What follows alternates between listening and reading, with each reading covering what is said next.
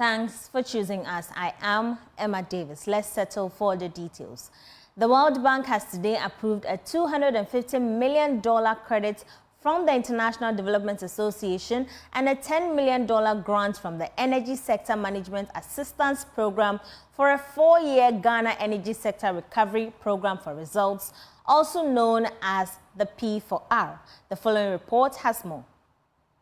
The P4R will support Ghana's energy sector recovery program to improve the financial viability of electricity distribution and increase access to clean cooking solutions. Electricity distribution losses are high in Ghana due to a low collection rate and below-cost recovery tariffs, undermining the operational and financial performance of energy utilities in the country. The government of Ghana transfers about 2% of GDP annually to cover the energy sector's financial shortfall. The P4R complements regulatory and policy reforms of the energy sector, supported under the World Bank's Development Policy Finance Series and the ongoing IMF Extended Credit Facility Program for Ghana.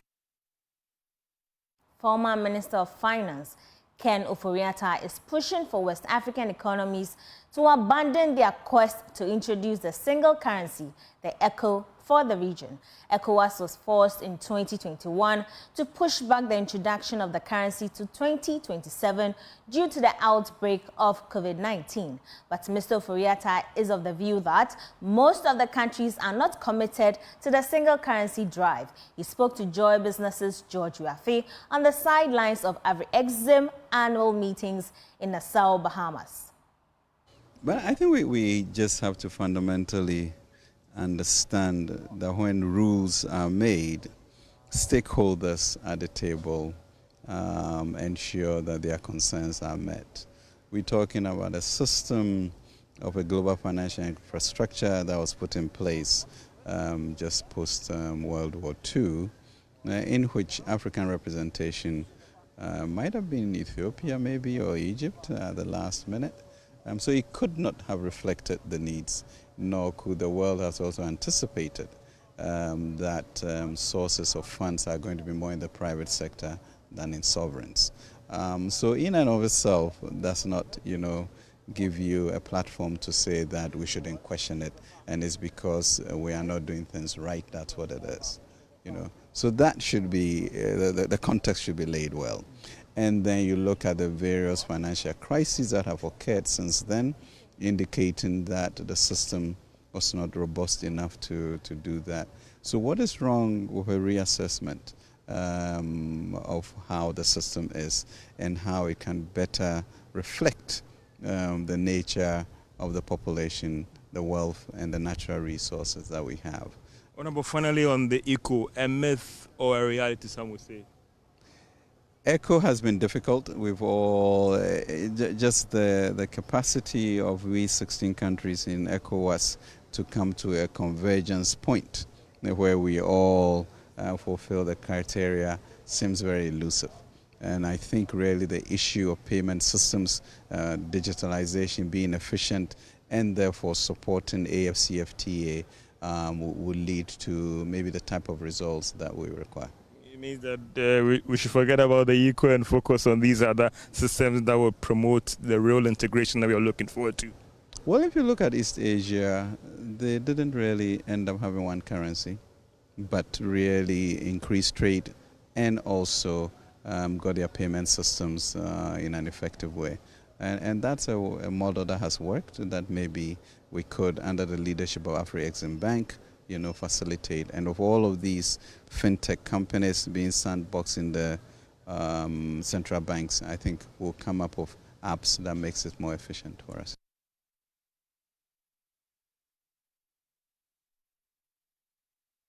Let's get on Zoom and engage financial analyst Dr. Benjamin Amwa on the back of this. Thank you very much, Doc, for joining us. Do you think that the former finance minister was just echoing the views of most finance ministers in the West African region about the ECO currency? Yes, the former finance minister, who is now the special envoy on international finance and private sector investment, is right based on the points that he made, that countries in West Africa have not shown commitment to bring ECO into reality. This is about the faith postponement of the launch of the ECO, and in all instances, the 16 countries have basically failed to meet the 4 criteria.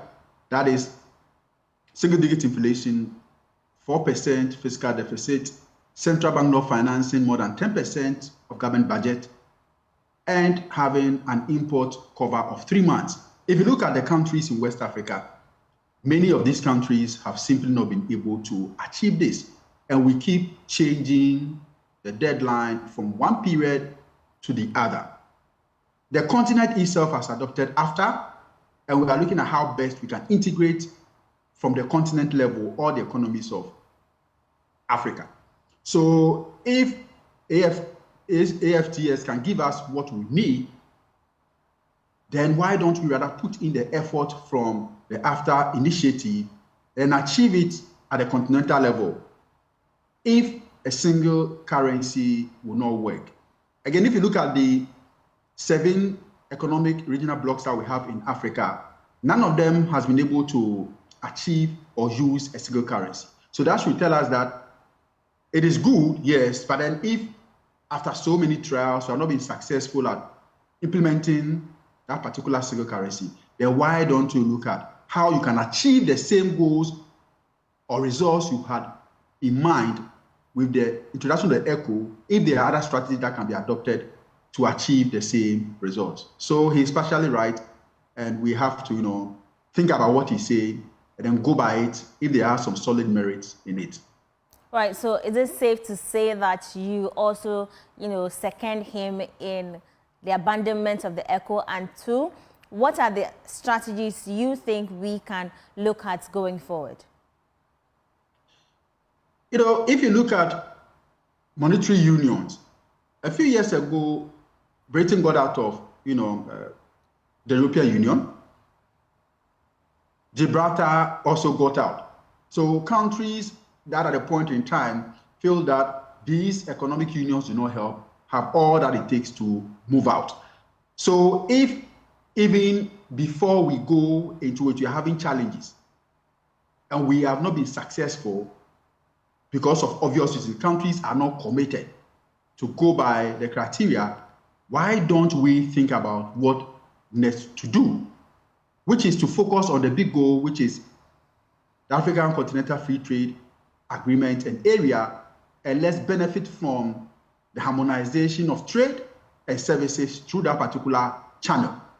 From that score, I will say that it is better if we put the ECO call aside and then work towards the economic integration of the whole of Africa. It may look big, but then we stand more to benefit.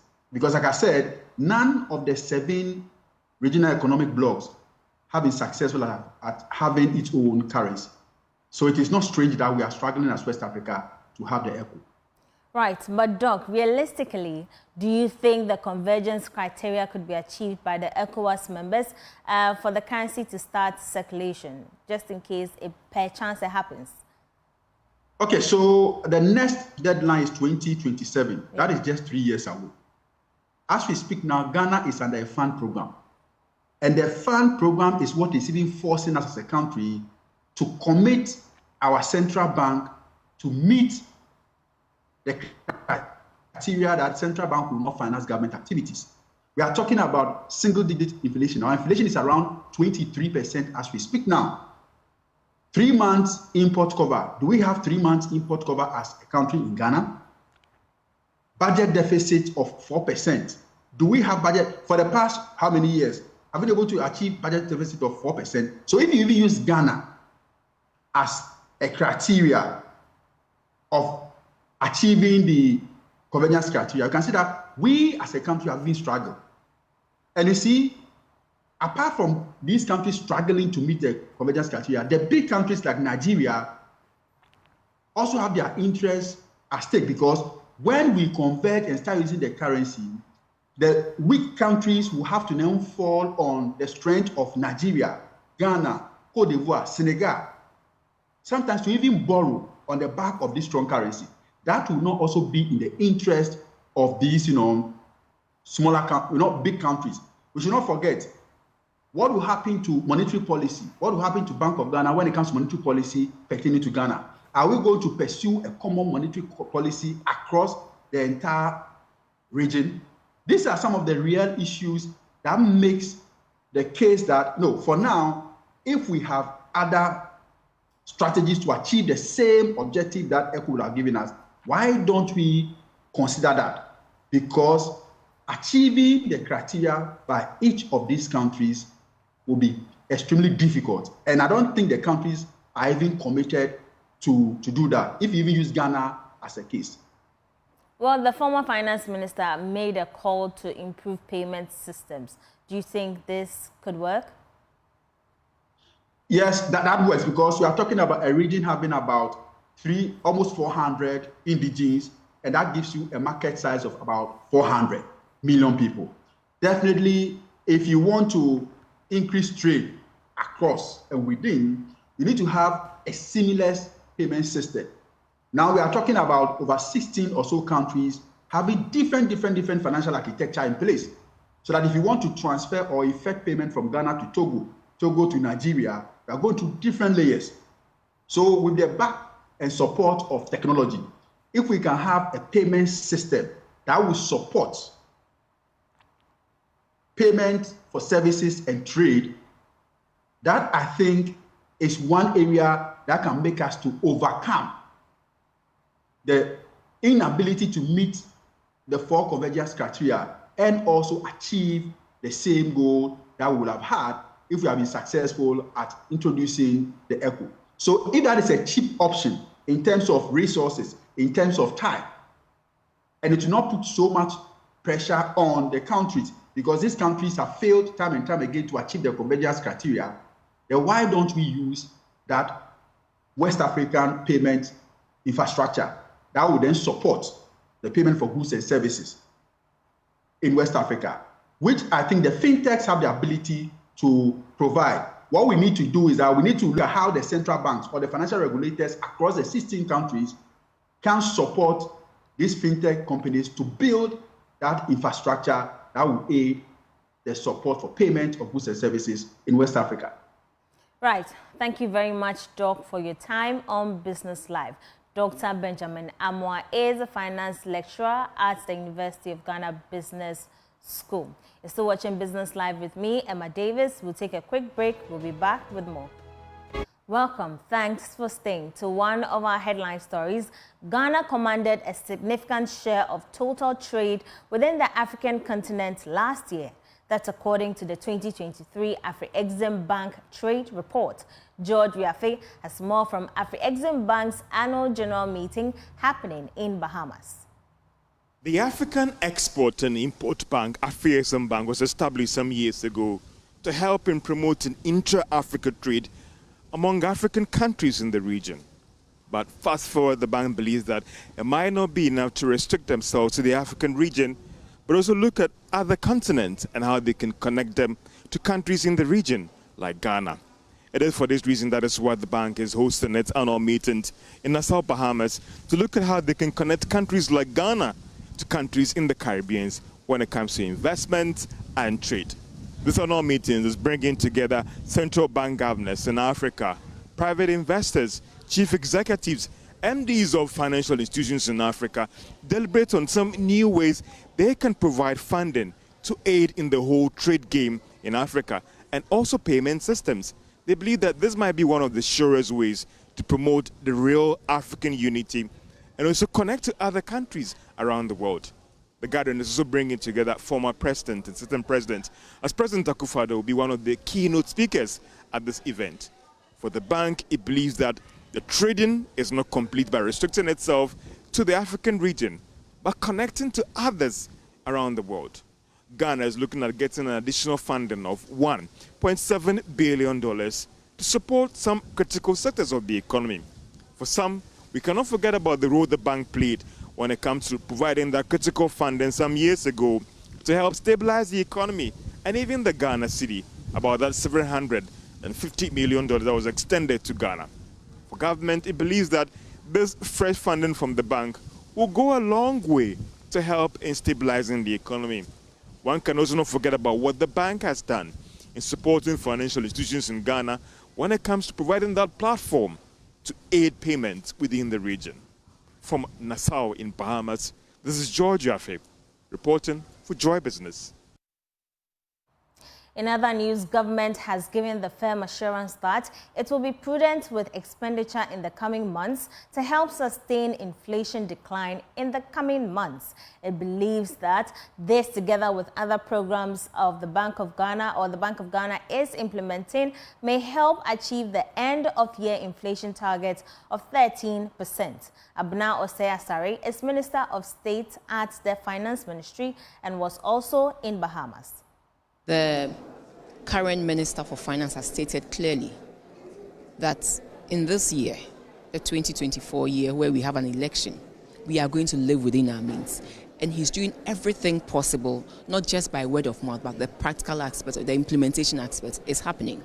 What we're doing is that we are making sure we don't build, on arrears. We are living within what we have, and we are also propelling GRA, or encouraging GRA to go all out and raise the needed revenue. And so we're doing that. And again, when you look at the components of inflation, food inflation plays a very important role in that. So we're working on the food inflation bit, and that is what is also bearing some fruits. Because previously, I think food inflation, the component of food inflation's contribution to inflation was, I think, a little above 40%. With the phase 2 of the Planting for Food and Jobs, it seeks to not just provide tools, provide seeds and fertilizer, but also look at encouraging the farmer to increase the land size.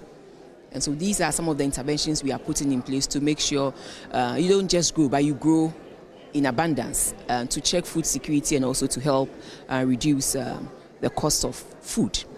Again, government is giving hope to the people through the implementation of quite a number of initiatives, especially for the youth, in terms of skills, in terms of support, giving them starter packs. So it is bringing back that hope. And now most of our youth are also engaged in activities that is bringing in some form of money to them, and also improving and the way the general business atmosphere in the country is. Yes, we saw some depreciation in the level of the cedi against its major trading partners, but quickly, Bank of Ghana is doing its part, as well as the Ministry of Finance, to make sure that the demand for forex is for critical things. 2, there's availability for forex demand, and then 3. We're working together with all and sundry to make sure that we at least produce what we have to eat or what we have to consume to bring the pressure down on the demand for forex.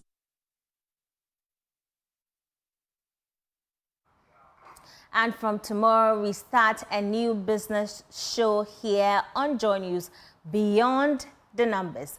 Men on this beat have joined me in the studio to talk more about what to expect. And joining me here is Isaac Kofi, the lead researcher on the Joy News desk. Hi, Kofi. Tell us a little bit about what we should expect from Beyond the Numbers. So Beyond the Numbers is simply a business show.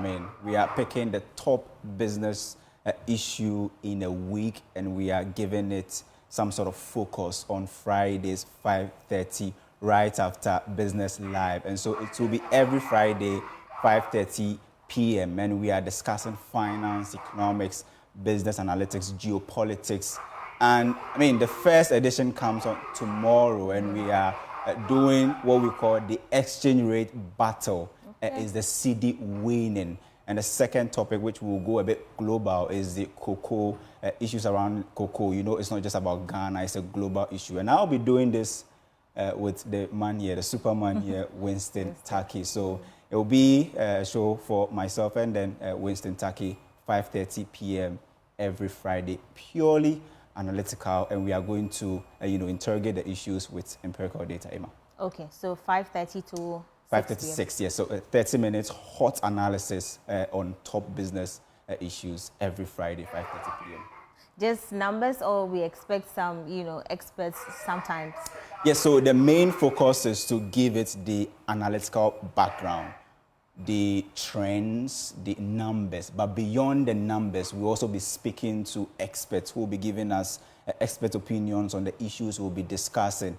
But just by looking at the numbers and telling the stories behind the numbers, it also forms a key part of this show. And so it's actually beyond the numbers. We'll be picking expert opinions and telling the stories behind the numbers. But someone would worry that maybe just numbers, will it be broken down to the layman's perspective so that everyone can understand? Absolutely. That's the perspective of the show, to break down the complex issues to the level of everybody to understand the cocoa issues going on. When we say syndicated loan, what does it mean? Forward sales. Now we have inflation around 23%. People are complaining that inflation is down, but I don't really see it. But inflation is just an index.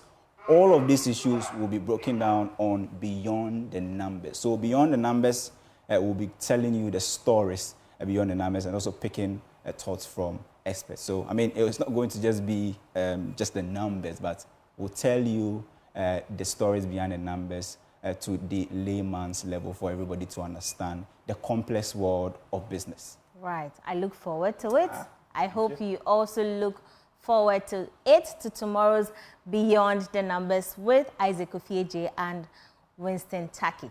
That's it for today's edition of Business Live with me, Emma Davis. For more business news, do log on to myjoyonline.com. Have a good evening.